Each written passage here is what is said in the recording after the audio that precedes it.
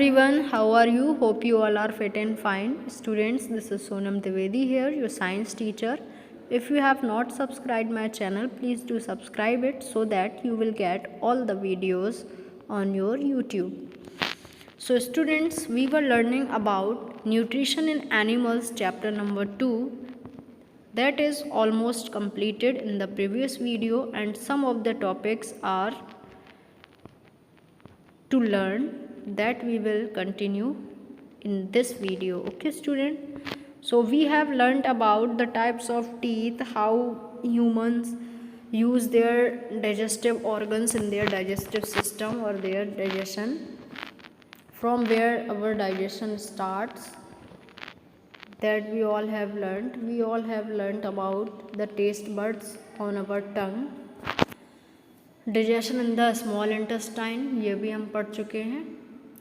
So absorption in the small intestine, यानी कि जो छोटी आंत होती है उसमें एब्जॉर्प्शन होता है, किस चीज़ का होता है, कैसे होता है, that all we will learn. The digested food is then absorbed by the small intestine. Absorption of food occurs through thousand of small finger like projections in the inner walls of the small intestine.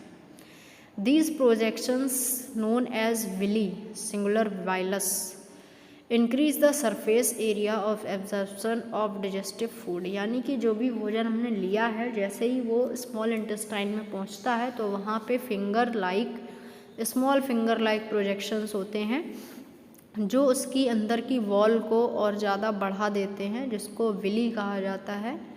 Each vilus has a network of fine blood capillaries close to the surface. The food absorbed on the surface of the vilus passes into the blood in the capillaries. और जो भी वायलस होते हैं वो क्या करते हैं, blood capillaries से जुड़े हुए होते हैं और वो फूड को एब्जॉर्ब करके ब्लड कैपिलरीज तक पहुंचा देते हैं. एसिमिलेशन क्या है, the food absorbed into the blood is transported to different parts of the body. जो भी फूड एब्जॉर्ब हुआ है वो भी हमारे सारे शरीर में जाता है, डिफरेंट पार्ट्स में जाता है. It is use to provide energy and materials for growth and repair of body tissue. आपके शरीर के जो भी टिश्यूज़ हैं, आपके बॉडी की ग्रोथ है, इन सब के लिए रिस्पॉन्सिबल होते हैं आपके डिजेस्टेड food. This is the final stage in the process of digestion and is known as assimilation. Digestion में फाइनल स्टेज होता है आपका assimilation, यानी कि वहाँ तक आपका जो भी फूड एब्जॉर्ब होना होता है या जो भी आपके बॉडी के लिए यूज़फुल है वो सब लगभग हो चुका होता है. Glucose is broken down in the cells with the help of oxygen. Glucose जो भी आपने लिया है वो ऑक्सीजन की हेल्प से सेल्स के साथ टूट जाता है. Into carbon dioxide and water, किसमें चेंज हो जाता है, CO2 and water, to provide energy, और हमें एनर्जी मिल जाती है. Amino acids are used for building and repairing of body parts. आपके बॉडी को बिल्ड करने के लिए और जो भी रिपेयरिंग होने आपके बॉडी के पार्ट्स की, वो सभी भी अमीनो एसिड से होती है.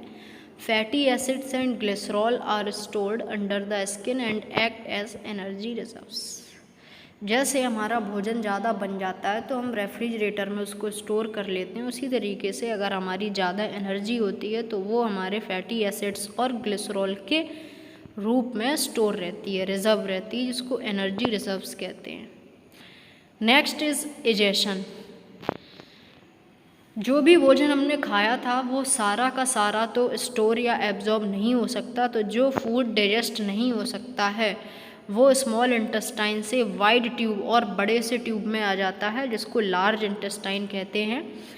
वहाँ पर क्या होता है, ज़्यादा से ज़्यादा पानी प्रेजेंट रहता है और वेस्ट को एब्जॉर्ब कर लेता है. The waste food which is now almost solid is stored in the last part of the large intestine called the rectum. फिर पानी के साथ मिक्स होने के बाद आपका जो फूड है, अनडाइजेस्टेड फूड है, जिसकी आपके शरीर में कोई नीड नहीं है, वो एज अ सॉलिड स्टोर हो जाता है आपके लार्ज इंटेस्टाइन के लास्ट पार्ट पे, जिसको रेक्टम कहा जाता है, और फिर वो एनस के थ्रू हमारे बॉडी से बाहर हो जाता है. सो ये कुछ फैक्ट हैं. The small intestine is smaller in diameter but longer in length. Small intestine जो होती हैं वो क्या होती हैं, चौड़ी कम होती हैं पर लंबी ज़्यादा होती हैं, about 7 meters. Then the large intestine about 1.5 meters. Okay.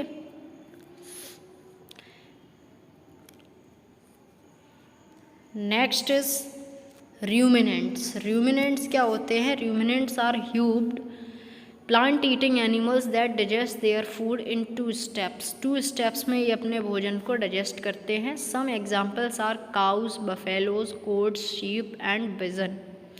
They have complicated stomachs consisting of 4 chambers. ठीक है, इनके जो स्टमक होते हैं वो 4 चैम्बर्ड होते हैं, 1 2 3 4. Food that is swallowed goes into the first chamber. पहले भोजन पहले चैम्बर में जाता है जिसको र्यूमेन कहा जाता है. वहाँ पर वो पार्शियली डिजेस्ट हो जाता है और उसको कड कहते हैं, मतलब हल्का सा डिजेस्ट हो जाता है, टूट जाता है. फिर वो सेकंड चैम्बर में जाता है.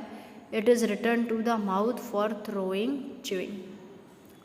वापस वो क्या होता है, चबाते हैं, फिर वापस से मुंह में आ जाता है जानवरों के. This process called rumination. जुगाली करना होता है. जानवर आप देखते हैं भोजन के बाद भी चबाने लगते हैं. दैट इज़ वाई वो कोई च्युइंगम या अदर प्रोडक्ट नहीं खाते हैं कि यूं ही चबा रहे हैं. उनका जो भोजन है वो 2 स्टेप्स में डाइजेस्ट होता है, so that they have to chew their food again and again. That is why these animals are called ruminants. और जो जानवर जुगाली करते हैं, र्यूमिनेशन करते हैं, उनको र्यूमिनेंट्स कहा जाता है. After chewing the food is swallowed for a second time and then digested further in the remaining chambers. फिर जब दोबारा ये भोजन को चबा लेते हैं तब वो जो बचे हुए चैम्बर्स होते हैं स्टमक के वहाँ पर पहुँचता है. It is finally send to the small intestine. और स्मॉल इंटेस्टाइन में लास्ट में जाता है और वहाँ पर एब्जॉर्प्शन प्रोसेस हो जाता है. Now you can see in figure number 2.8 a cow digests its food in 2 steps. Now you can observe it. So this was your chapter. Do revise all the topics which I had explained you in the same video. Meet you soon with the new chapter in next video. Till then, bye bye, take care, have a good day.